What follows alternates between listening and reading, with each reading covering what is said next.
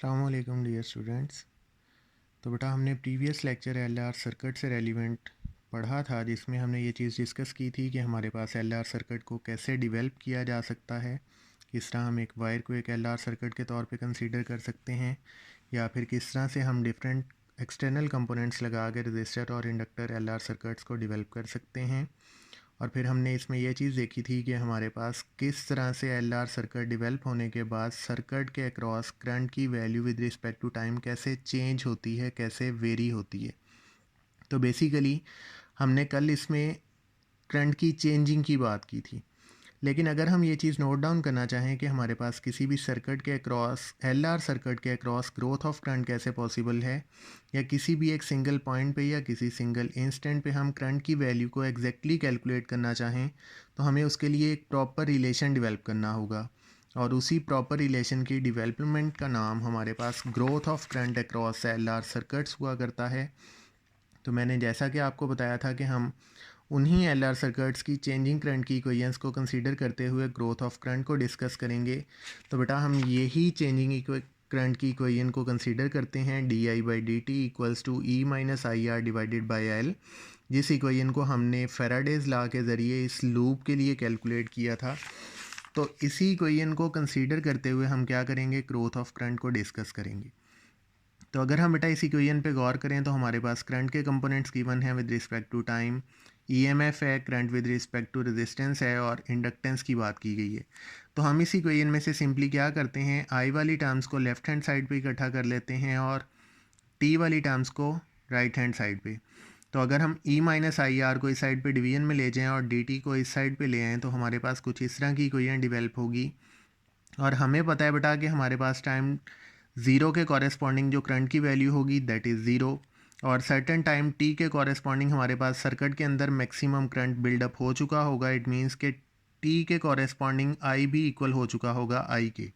तो हम सिंपली क्या करते हैं, हम इसी इक्वेशन को इंटीग्रेट करते हैं with respect to t and I. तो हमारे पास जो लिमिट्स होंगी वो ज़ीरो टू आई और ज़ीरो टू टी पुट की जाएंगी, और जैसे ही हम इसको इंटीग्रेट करते हैं तो हमारे पास जो फाइनल रिजल्ट आता है that is I equals to E by R one minus E raise to power minus t into R by L.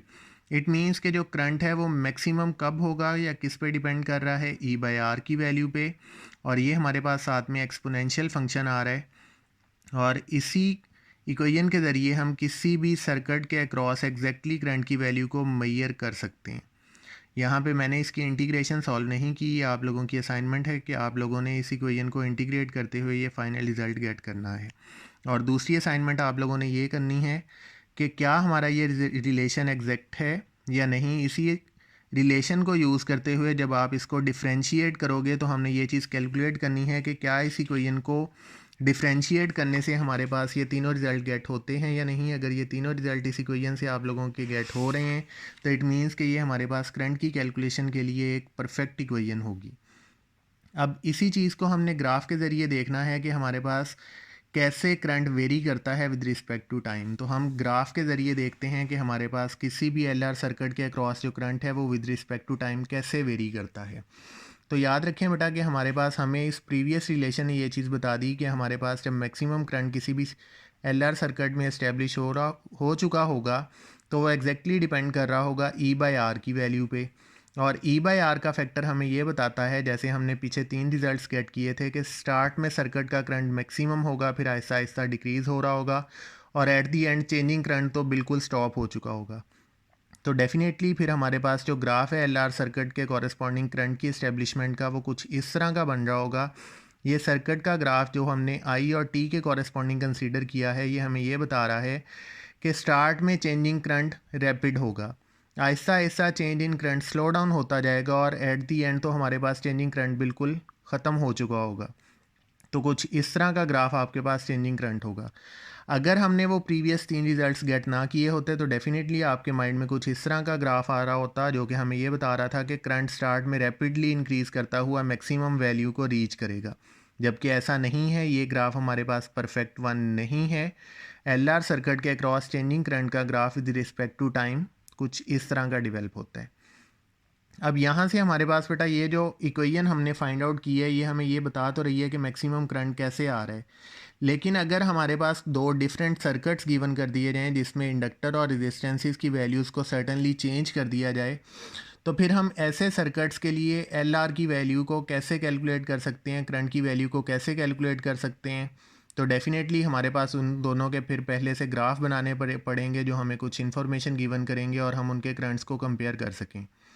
लेकिन अगर हम इससे इजी मेथड पे जाएं तो हमारे पास एक इजी मेथड हुआ करता है बेटा टाइम कांस्टेंट मेथड, जो हमें ये बताता है कि हम रैपिडली या इंस्टेंटली किसी भी दो सर्किट्स के करंट्स को कैसे कंपेयर कर सकते हैं। तो टाइम कांस्टेंट को हम यूज़ किया करते हैं compare current for two different L R circuits.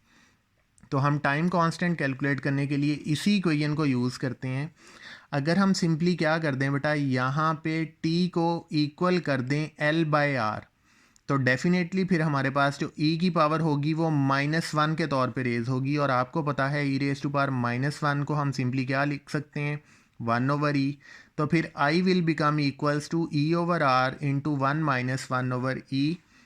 It means कि अगर मैं t को कंसीडर कर लूँ L/R, तो फिर मेरे पास जो i की वैल्यू होगी that is equal to e/r into 1-1/e। और e/r तो हमारे पास वो फैक्टर है जब हमारे पास करंट की वैल्यू मैक्सिमम होगी, जबकि अगर हम 1-1/e की वैल्यू को कैलकुलेट करें that will be nearly equal to 63%। It means के टाइम कांस्टेंट ने हमें ये बता दिया कि हमारे पास जो करंट की वैल्यू इस्टेब्लिश होगी वो फाइनल करंट के 63% के नियरली इक्वल होगी। इट मीन्स कि हमारे पास अगर चार्जिंग की बात की जाए या ग्रोथ ऑफ करंट की बात की जाए तो हमारे पास टाइम कांस्टेंट जो कि L/R है ये हमें क्या बता रहा है कि कोई भी कैपेसिटर LR सर्किट जो है वो 63% फाइनल करंट के इक्वल चार्ज हो चुका होता है। इट मीन्स ये टाइम कांस्टेंट हमें ये इन्फॉर्मेशन भी दे रहा है कि जहाँ पे हमारे पास टाइम कांस्टेंट की वैल्यू कम होगी उस सर्किट में करंट रैपिडली इंक्रीज़ कर रहा होगा, और जिस सर्किट में टाइम कांस्टेंट की वैल्यू ज़्यादा होगी उस सर्किट का करंट रैपिडली इंक्रीज़ नहीं हो रहा होगा बल्कि ग्रेजुअली इंक्रीज़ हो रहा होगा। It means less time constant build current rapidly and vice versa. और यहाँ पे हमारे पास जो टाइम कांस्टेंट है that is equal to L/R। तो याद रखें बेटा कि LR सर्किट्स जितने भी होंगे उन सब के लिए ग्राफ हमारे पास कुछ सेम आएगा, इसी तरह का ग्राफ होगा, लेकिन सिर्फ टाइम कांस्टेंट्स की वैल्यूज़ वेरी कर सकते हैं। अगर टाइम कांस्टेंट कम है, लेट्स सपोज इस पॉइंट पे है, तो इट मीन्स कि करंट रैपिडली इंक्रीज़ कर रहा है, और अगर हमारे पास टाइम कांस्टेंट की वैल्यू कुछ ज़्यादा हो, लेट्स सपोज इस पॉइंट पे हो, तो फिर हमारे पास जो करंट बिल्डअप हो रहा है उसकी वैल्यू स्लो डाउन होगी। Thank you.